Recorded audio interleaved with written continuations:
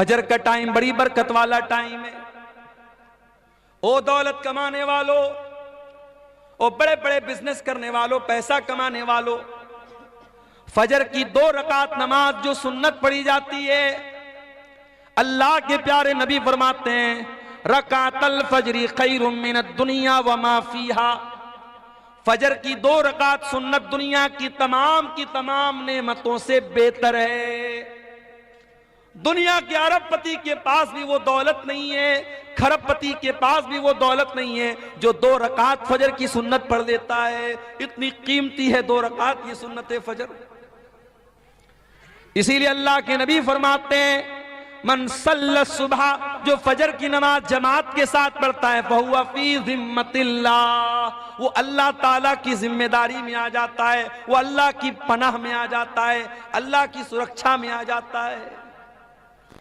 इसीलिए अल्लाह के नबी फरमाते हैं तुन कहुल मरा तुल अरबईन, जब औरत का निकाह होता है 4 चीजें औरत के अंदर देखी जाती हैं, ले मालिहा वले हसबिहा वले जमालिहा वले दीनिहा। कुछ लोग औरत का माल देखते हैं, कुछ लोग औरत का खानदान देखते हैं, कुछ लोग औरत की खूबसूरती देखते हैं और कुछ लोग औरत की दीनदारी देखते हैं। फज़फर बिज़ातिद्दीन, अल्लाह के प्यारे नबी फरमाते हैं कि ओ लोगों, तुम दीनदार औरत को अपने घर में लेकर के आ जाओ, कामयाब हो जाओगे। दीनदार औरत को अपने घर में लेके आओ, कामयाब हो जाओगे।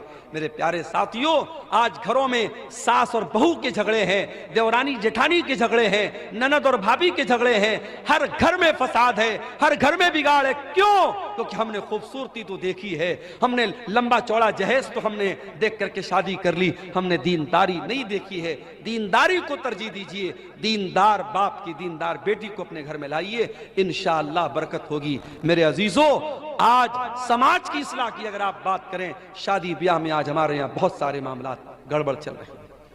मेरे प्यारे साथियों, एक जमाना ऐसा भी आएगा आप अपनी आंखों से बुराई को देखेंगे, लेकिन आपके अंदर इतना गट्स नहीं होगा, इतनी हिम्मत नहीं होगी कि आप बुराई को बुराई कह सकें। अल्लाह के नबी फरमाते हैं, हसन दर्जे की रिवायत है, ये दुनिया उस वक्त तक फना न होगी, उस वक्त तक खत्म न होगी, यानी कयामत उस वक्त तक नहीं आएगी जब तक एक इंसान दूसरी औरत के साथ पब्लिक प्लेस पर, सार्वजनिक स्थल पर, आम मकाम पर, आम रास्ते में सरेआम ज़िना करेगा, सरेआम राह चलते ज़िना करेगा। और उस दौर का जो नेक इंसान होगा, जो मुत्तकी इंसान होगा, जो परहेजगार इंसान होगा, वो कौन होगा? जो जिना से रोकने वाला न होगा, जो उन 2 जिना करने वालों को मना करने वाला न होगा, बल्कि उस दौर का मुत्तकी इंसान वो होगा जो कहेगा ऐ मेरे भाई, ये चलते रास्ते में तू काम ये काम तू न कर, तू पब्लिक प्लेस पर तू ये काम न कर, तू इस बाग के पीछे चला जा, तू दीवार के पीछे चला जा, तू बंद कमरे में जाके जो करना है तू कर ले, सबके सामने मत कर। उस दौर का मुत्तकी इंसान वो होगा जो जिना करने वाले से कहेगा सबके सामने तू मत कर, तू जाके दीवार के पीछे तू ये काम कर, तू सबके सामने मत कर। मेरे भाइयों, बुराई पर अगर बात हो रही है, ये बात का होना भी बड़ी बात है। और हमें मालूम नहीं है, मैं अल्लाह का फजलो करम, मैं अपनी कोई खूबी नहीं मानता हूं, अल्लाह का फजलो करम मानता हूं। आज यूट्यूब पर तकरीरें सुन के जब हम उसके कमेंट्स में देखते हैं, बाज नौजवान जब ये कमेंट करते हैं कि मैं तकरीर सुनने के बाद मैं पहले नमाज नहीं पढ़ता था, मैं नमाज पढ़ने लगा। बाज नौजवान व्हाट्सएप पर मैसेज करते हैं कि मौलाना आपकी तकरीर सुनता हूं, फला बुराई मेरे अंदर थी, अब मैंने तौबा कर ली है, मेरे लिए दुआ कीजिएगा। मेरे प्यारे साथियों, हम नहीं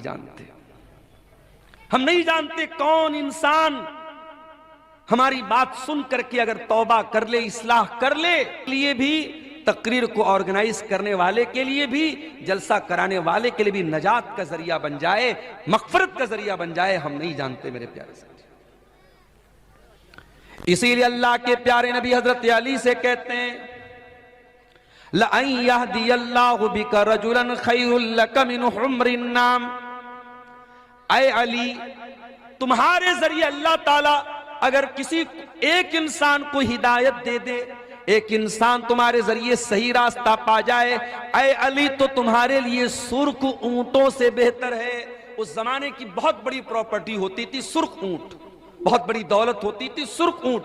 अल्लाह के नबी ने फरमाया कि ऐ अली, अगर तेरे जरिए एक इंसान हिदायत पा जाए तो तेरे लिए ये सुर्ख ऊंटों से बेहतर है। इसलिए ये बातें और ये तकरीरें होती रहनी चाहिए। अब आइए, जो आयत करीमा मैंने आपके सामने पढ़ी थी, दो आयतें अलग अलग कुरान से मैंने पढ़ी थी। पहली आयत मैंने पढ़ी थी सूरह रूम की। आइए उस आयत का तर्जमा देखते हैं, फिर बात को आगे बढ़ाते हैं। ज़हर अल फसादु फिल बर्री वल बहरी बिमा कसबत ऐदिन नास। खुशकी के अंदर, तरी के अंदर, जमीन के ऊपर और पानी के अंदर, जहां पर भी तुमको फसाद नजर आए, जहां पर भी तुमको बिगाड़ नजर आए, जहां पर भी तुमको तबाही नजर आए, जहां पर भी तुमको मुसीबत नजर आए, ज़हर अल फसादु फिल बर्री वल बहरी बिमा कसबत ऐदिन नास। वो इंसानों के करतूतों का नतीजा है, वो लोगों के अपने अमल का नतीजा है। ये अल्लाह ताला ने बहुत बड़ा कानून बता दिया।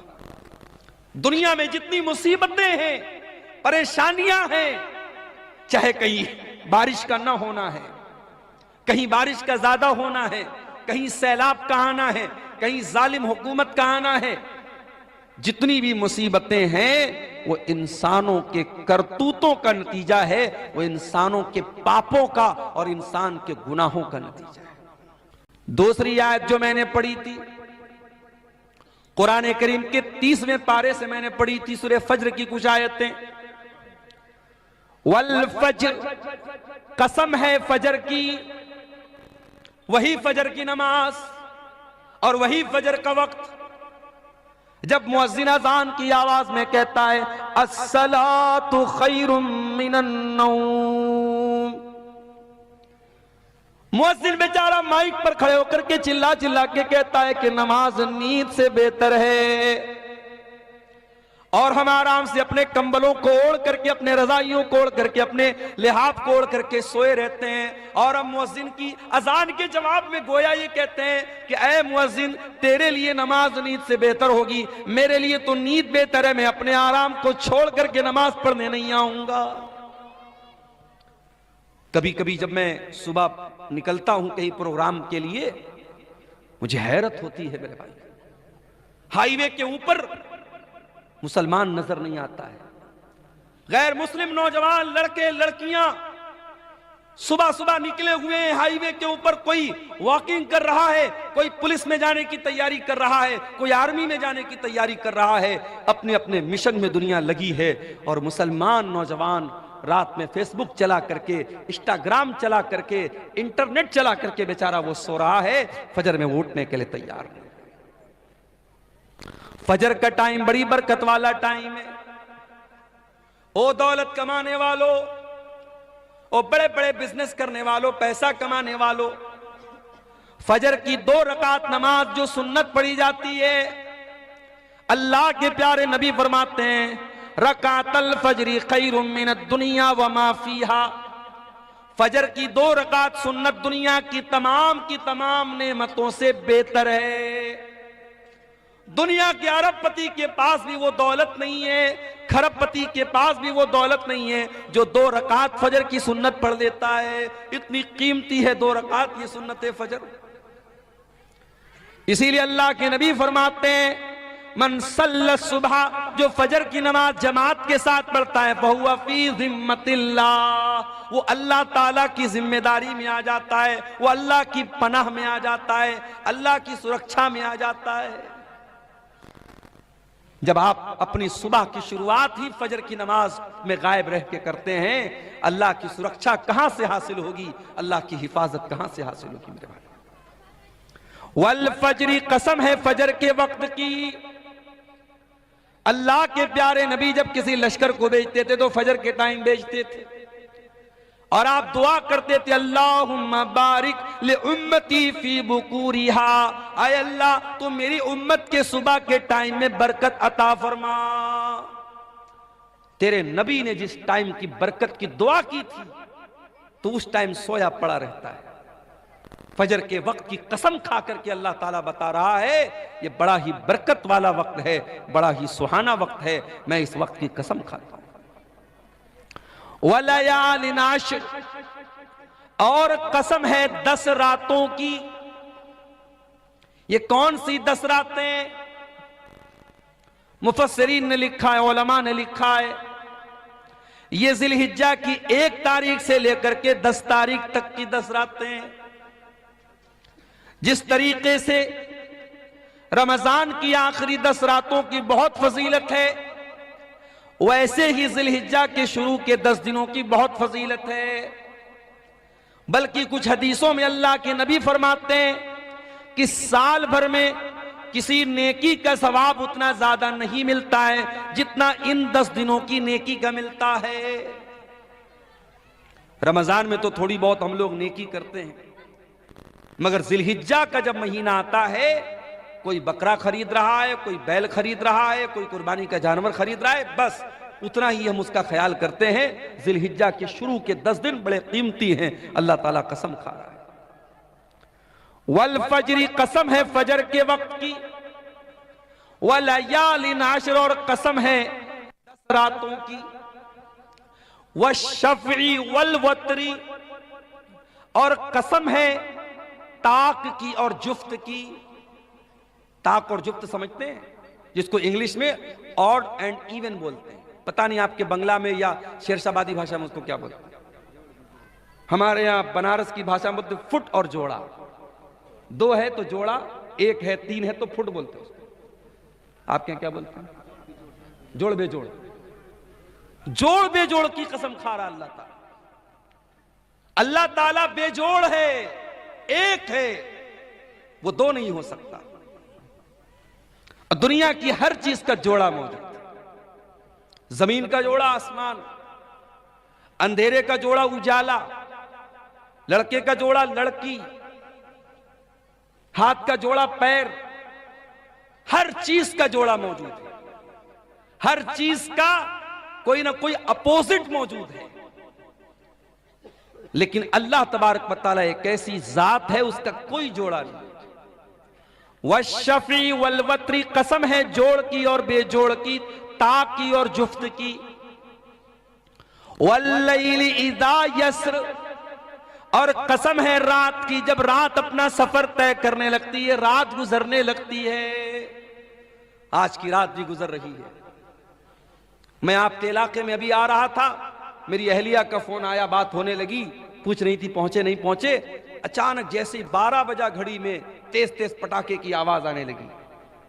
मेरी अहलिया कहने लगी लग रहा है कोई बारात वारात आई है, कोई मामला है। मैंने कहा बारात वारात नहीं आई है, 31 दिसंबर की रात है आज। सारी दुनिया में जश्न मनाया जा रहा है, नए साल का इस्तिकबाल हो रहा है। कैसे? शराब पी करके, आतिशबाजी करके, जिना करके, नंगी औरतों को नचा करके, होटलों में अय्याशी करके ये नया साल का जश्न मनाया जा रहा है। और ये नया साल का जश्न सिर्फ ईसाई नहीं मना रहा है, सिर्फ क्रिश्चियन नहीं मना रहा है, सिर्फ अंग्रेज नहीं मना रहा है, ये ला इलाहा इल्लल्लाह और मुहम्मदुर रसूलुल्लाह पढ़ने वाला भी मना रहा है।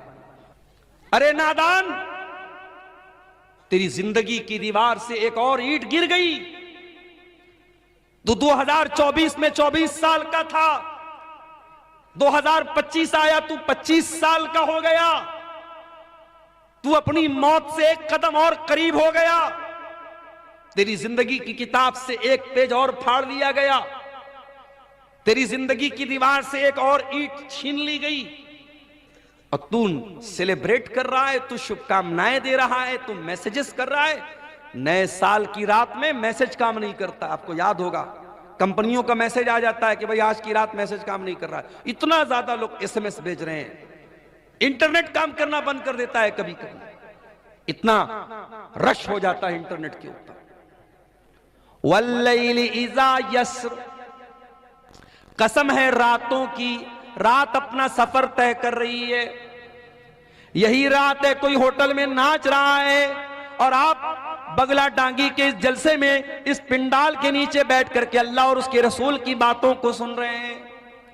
कोई अल्लाह का बंदा ऐसा भी होगा जो रात के इस सन्नाटे में बैठ करके अल्लाह की बारगाह में दुआएं कर रहा होगा। कोई अल्लाह का बंदा ऐसा भी होगा जो तहज्जुद की नमाज पढ़ रहा होगा। कोई अल्लाह का बंदा ऐसा भी होगा जो अपने गुनाहों पर शर्मिंदा होकर के अल्लाह से माफी मांग रहा होगा, अल्लाह से तौबा कर रहा होगा, अपने गुनाहों पर रो रहा होगा। वल्लैल इज़ा यस्र, कसम है रात की जब वो अपना सफर तय करती है। रात चलती रहती है, रात चल रही है और रात में लोग अपना अपना काम कर रहे हैं। हल फी ज़ालिका कसमुल लिज़ी हिज्र, ऐ मेरे बंदो मैं फजर की कसम खा रहा हूं, मैं 10 रातों की कसम खा रहा हूं, मैं ताक और जुफ्त की कसम खा रहा हूं, मैं मुख्तलिफ चीजों की कसम खा रहा हूं। हल फी ज़ालिका कसमुल लिज़ी हिज्र, क्या किसी अक्लमंद को इस कसम के अंदर कोई अहमियत नजर आती है? क्या ये कसम अक्लमंदों को दावते फिक्र दे रही है? क्या अक्लमंद लोग गौर कर रहे हैं कि अल्लाह कसम क्यों खा रहा है? अलम तरा कैफ फ़अल रब्बुका बिआद, क्या तुमने नहीं देखा कि अल्लाह ताला ने कौम आद के साथ क्या किया? ये कौम आद कौन सी कौम थी? ये लंबे तड़ंगे लोग होते थे, ऊंची ऊंची हाइट होती थी इनकी, पहाड़ों को पर अपना घर बनाते थे और बड़ी ताकतवर कौम थी ये।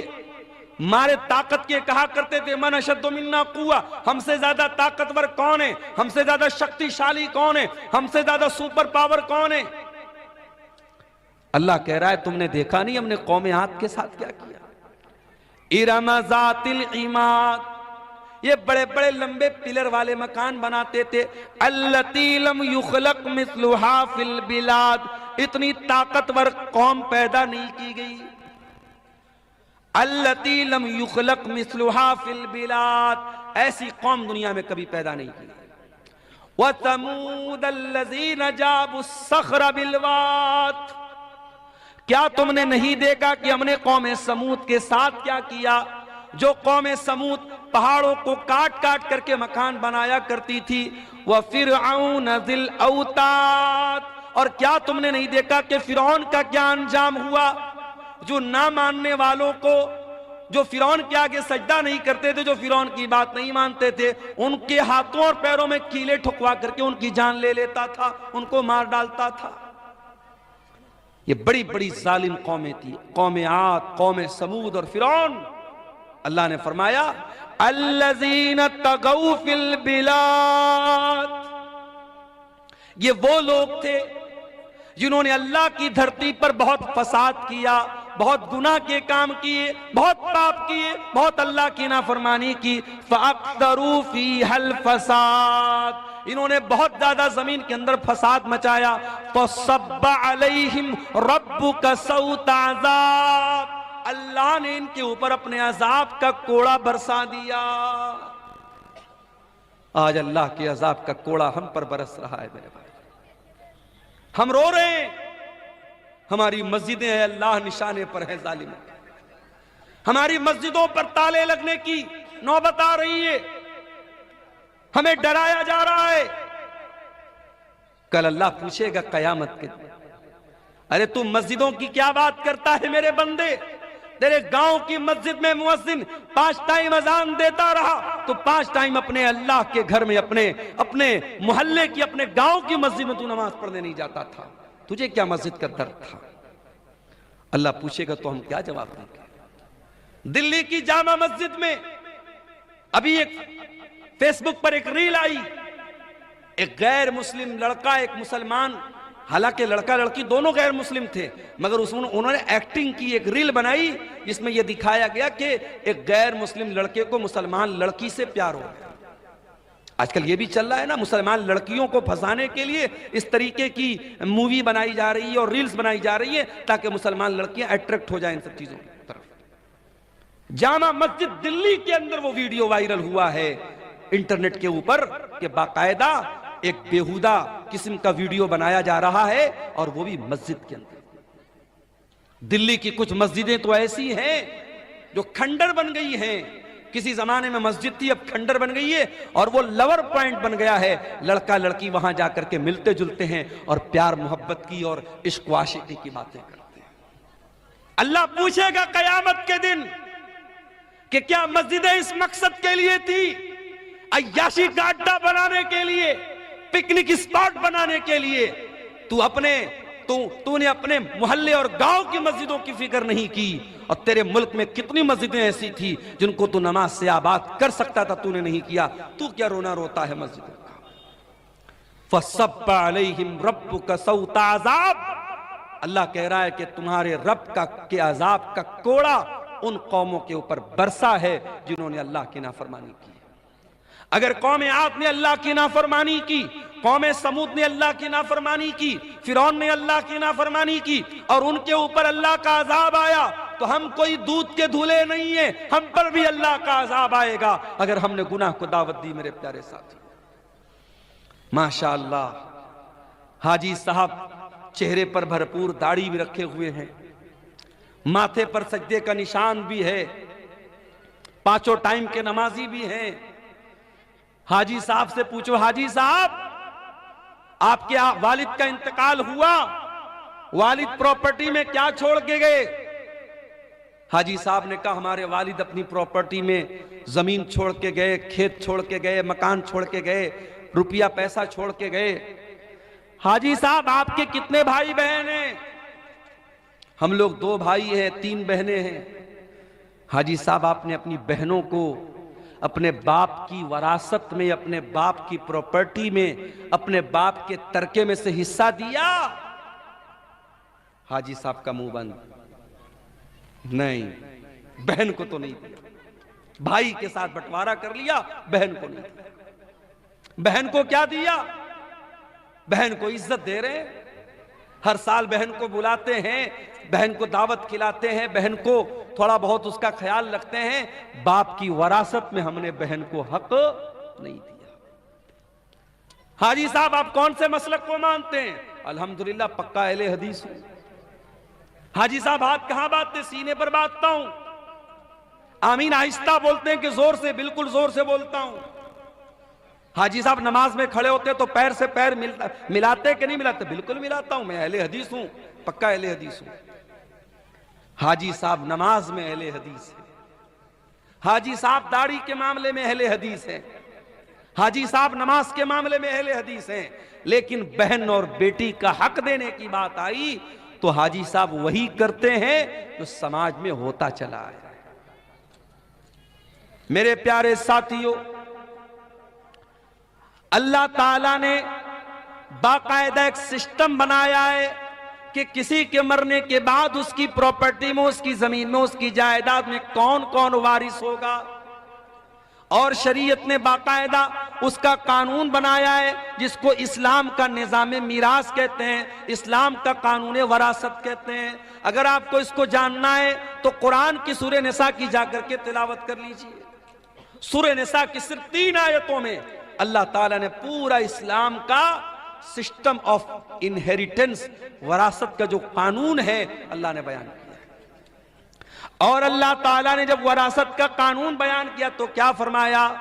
तिल्का हुदूदुल्लाह व मन युतिल्लाह व रसूलहू युदखिलहु जन्नातिन तजरी मिन तहतिहल अनहारु खालिदीन फीहा व ज़ालिकल फौजुल अज़ीम। ऐ मेरे बंदो, ये वरासत का कानून जो मैंने बयान कर दिया, ये मेरा बनाया हुआ कानून है, ये मेरा बनाया हुआ सिस्टम है, और जो इसको मानेगा वो जन्नत में जाएगा। वमन यासिल्लाह व रसूलहू व यतअद्दा हुदूदहू युदखिलहु नारन खालिदन फीहा व लहू अज़ाबुम मुहीन। और जो अल्लाह के कानून को नहीं मानेगा, जो मनमानी करेगा, जो अल्लाह की नाफरमानी करेगा, रसूल की नाफरमानी करेगा, उसको जहन्नम का दर्दनाक अज़ाब मिलेगा। हाजी साहब आपका हज बर्बाद हो जाएगा, आपका उम्रा बर्बाद हो जाएगा, आपकी नमाजें आपके मुंह पर मार दी जाएंगी, आपकी इबादतें बर्बाद हो जाएंगी। अल्लाह पूछेगा तेरे बाप की प्रॉपर्टी में तेरी बहन का हक था कि नहीं था? मैंने कुरान में बताया था कि नहीं बताया था? मेरे नबी ने हदीसों में बताया था कि नहीं बताया था? हाजी साहब आप अल्लाह को क्या जवाब देंगे? बताओ मेरे प्यारे साथियों, क्या ये समाज की कड़वी हकीकत नहीं है कि आज हम वरासत के मामले में इस्लाम को फॉलो नहीं करते?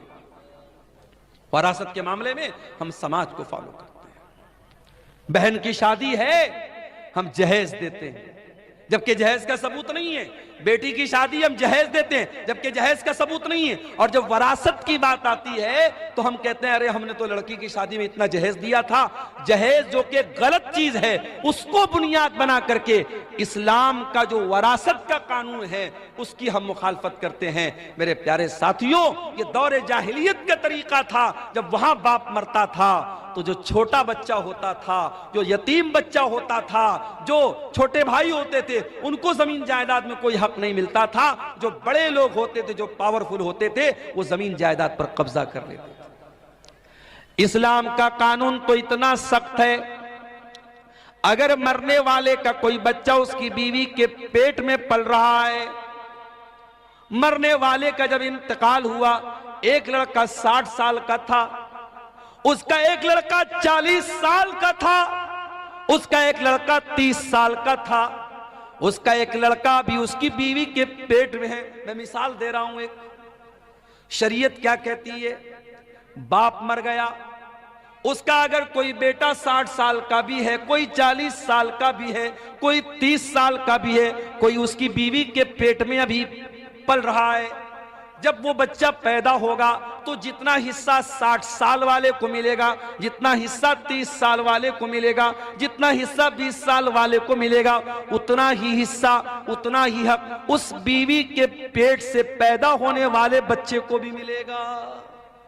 यह है अल्लाह का बनाया हुआ कानून, यह अल्लाह का बनाया हुआ निजाम है। ताकत के बल पे और अपने जिस्मानी ताकत के बल पर कोई अपने बाप की वरासत नहीं पाता है, बल्कि रिश्ते की बुनियाद पर जो मरने वाले से जितना करीब है और जिसका जैसा रिश्ता है, उस हिसाब से उसका हिस्सा बनता है। और आगे बढ़िए, इसी समाज में हम देखते हैं, लड़की पैदा हुई, बाप की पेशानी पर बल पड़ गए, ये लड़की कहां से आ गई?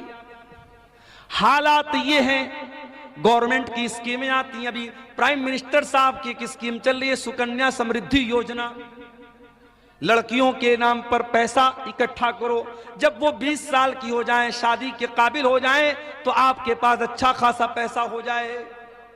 यानी कहीं ना कहीं समाज में ये सोच मौजूद है कि लड़की आई है तो एक बोझ बन के आई, बेटी पैदा हुई तो माँ बाप के माथे पर बल पड़ गए। ये मुसीबत कहां से आ गई? कल जब ये लड़की जवान होगी, हमें इसकी शादी करना पड़ेगा, इसके जहेज का इंतजाम करना पड़ेगा।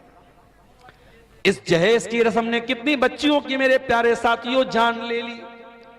गरीब बाप अपनी बेटी के जहेज का इंतजाम नहीं कर पा रहा है, बाप चिंता में जिंदगी गुजार रहा है, बेटी चिंता कर रही है कि मेरा बाप कब मेरी शादी करेगा। बेटे तो कभी कभी खुल के बोल देते हैं बाप से, मेरी शादी कराई। बेटा कुछ करे या ना करे, कमाए या ना कमाए, शादी के काबिल हो गया तो बाप को जाके सुना देगा, मेरी शादी क्यों नहीं करा रहे। बेटी तो नहीं सुनाती ना, बेटी तो शर्माती है। बेटी 25 साल की हो गई, 30 साल की हो गई, 35 साल की हो गई, अब तो रिश्ते नाते आने भी बंद हो गए। मेरे प्यारे साथियों, इस जहेज की रस्म की वजह से कितनी लड़कियों की जवानी बर्बाद हो गई, उनको रिश्ते नहीं मिल रहे हैं। और एक बात बोलूं आपसे, अगर आप जहेज को रोकना चाहते हैं तो आप सिर्फ लड़की वालों को, ये लड़के वालों से के कहने से ये काम नहीं चलेगा कि आप जहेज मत लीजिए। लड़की वालों की भी जिम्मेदारी है कि वो दीनदारी देख करके शादी करें।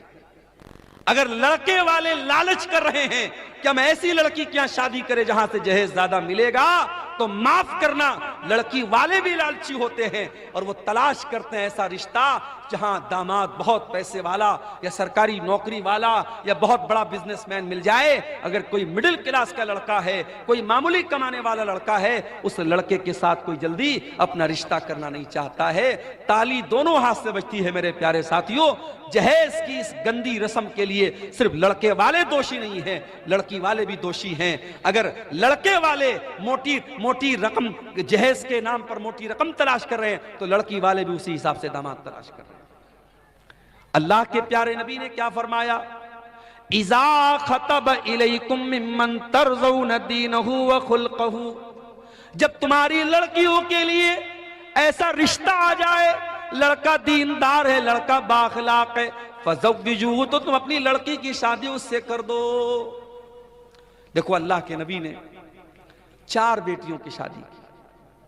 मालूम है आपको, नबी की 4 बेटियां थी। सबसे बड़ी बेटी का नाम क्या था? कोई बता सकता है? इधर से कोई बताए नबी की बड़ी बेटी का नाम। बोलो भाई, सो गए क्या? मालूम है नबी की बड़ी बेटी का नाम? ज़ैनब। नबी की बड़ी बेटी का नाम ज़ैनब।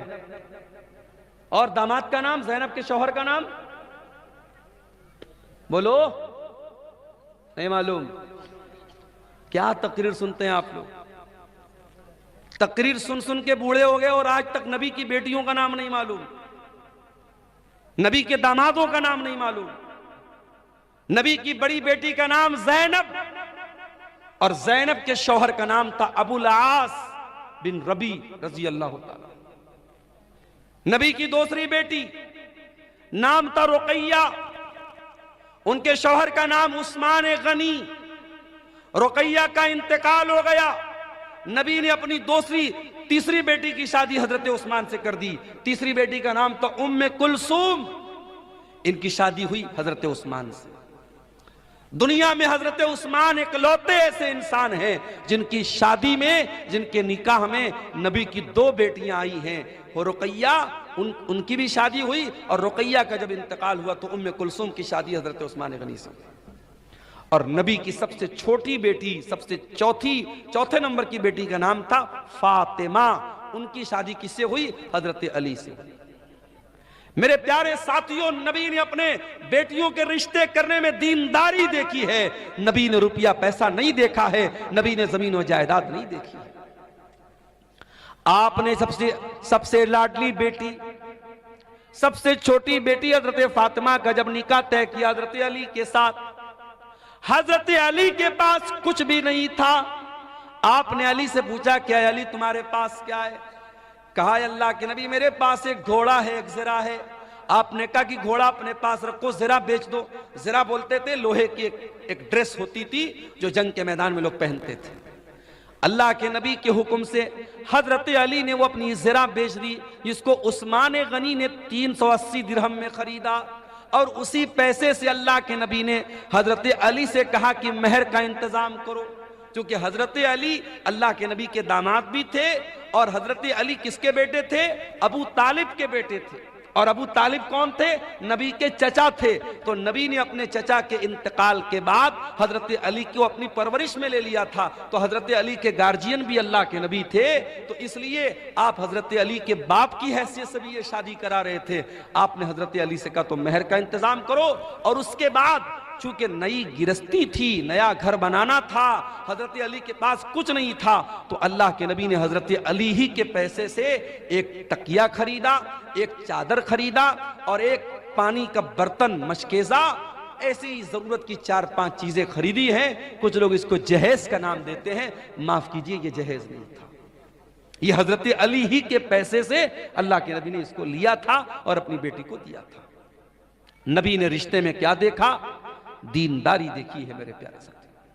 वल्लाह आज मेरे पास ऐसे नौजवानों के भी फोन आते हैं जो बड़े दर्द के साथ और बड़ी तकलीफ के साथ कहते हैं कि मौलाना आज हमारी शादियां नहीं हो रही हैं, अच्छे रिश्ते नहीं मिल रहे, क्योंकि हमारे रिश्ते इसलिए रिजेक्ट हो रहे हैं क्योंकि लड़की वालों को लखपति और करोड़पति रिश्ते चाहिए, आला शानदार मकान चाहिए, सरकारी नौकरी चाहिए, हम दीनदार हैं, हम नमाजी हैं, हम बाअखलाक हैं, हम तकवा के रास्ते पे चल रहे हैं, मगर हमें कोई बाप अपनी बेटी देने को तैयार नहीं है। मेरे प्यारे साथियों, जहेज की इस गंदी रस्म को अगर खत्म करना है तो हमें और आपको रिश्ते नाते में दीनदारी को लाना पड़ेगा। अल्लाह के नबी के एक सहाबी थे, उनका नाम था जुलैबीब रज़ी अल्लाह ताला अन्हु। जुलैबीब बड़े हंसी मजाक करने वाले सहाबी थे। वो अल्लाह के नबी के पास आते थे, हंसी मजाक करते थे, अल्लाह के नबी को हंसाया करते थे। जुलैबीब रज़ी अल्लाह ताला अन्हु के चेहरे पर चेचक के कुछ दाग भी थे, उनके चेहरे पर कई दाग थे। वो ज्यादा खूबसूरत भी नहीं थे, काले कलूटे थे। एक मर्तबा अल्लाह के प्यारे नबी ने हजरत जुलैबीब से पूछा कि ऐ जुलैबीब, क्या तुम्हारी शादी हो गई है? जुलैबीब ने कहा नहीं है अल्लाह के नबी, मेरी शादी तो नहीं हुई है। आपने कहा क्यों, शादी क्यों नहीं कर रहे हो?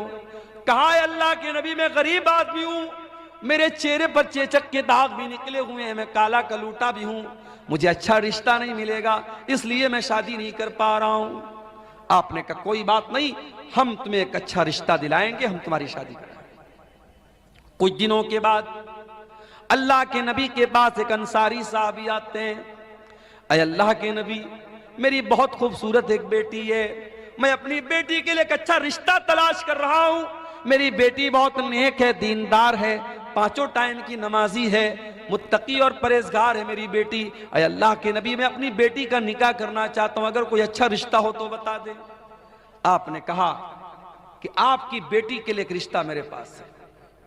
सहाबी बहुत खुश हो गए, कहा अल्लाह के नबी जल्दी बताइए किसका रिश्ता है? आपने कहा हम तुम्हारी बेटी की शादी जुलैबीब से करना चाहते हैं। सहाबी जानते थे जुलैबीब को, सहाबी के माथे पर बल पड़ गया, लेकिन चूंकि अल्लाह के नबी की बात थी इसलिए कुछ कह भी नहीं सकते थे। कहा अल्लाह के नबी, मैं एक मर्तबा अपने घर में मशवरा कर लेता हूं, उसके बाद आपको कोई जवाब देता हूं। अंसारी साहबी अपने घर आए।